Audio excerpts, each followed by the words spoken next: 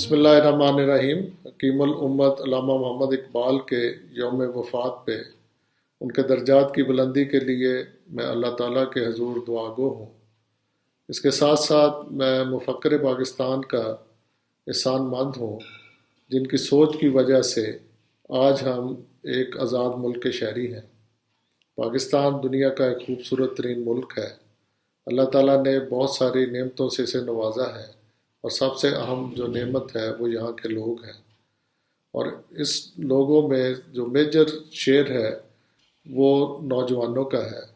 حضرت علامہ نے بھی اپنے کلام میں نوجوانوں کو بارہا مخاطب کیا ہے اور ان سے بہت ساری ایکسپیکٹیشنز کی ہیں۔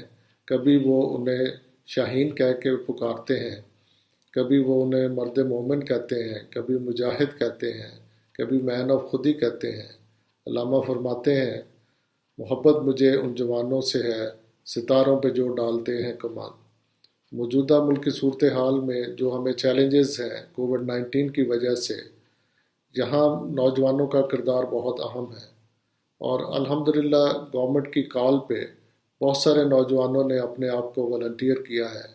ہم سب نے اپنی لیڈرشپ کے ساتھ مل کے ملک کو اس کرائسس سے نکالنے میں اپنا کردار ادا کرنا ہے اور اپنے ہم وطنوں کو سرو کرنا ہے۔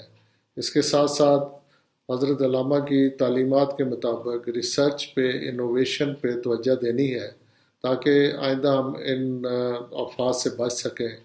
علامہ فرماتے ہیں، سبق ملا ہے یہ معراج مصطفیٰ سے مجھے، کہ عالم بشریت کی زد میں ہے گردوں۔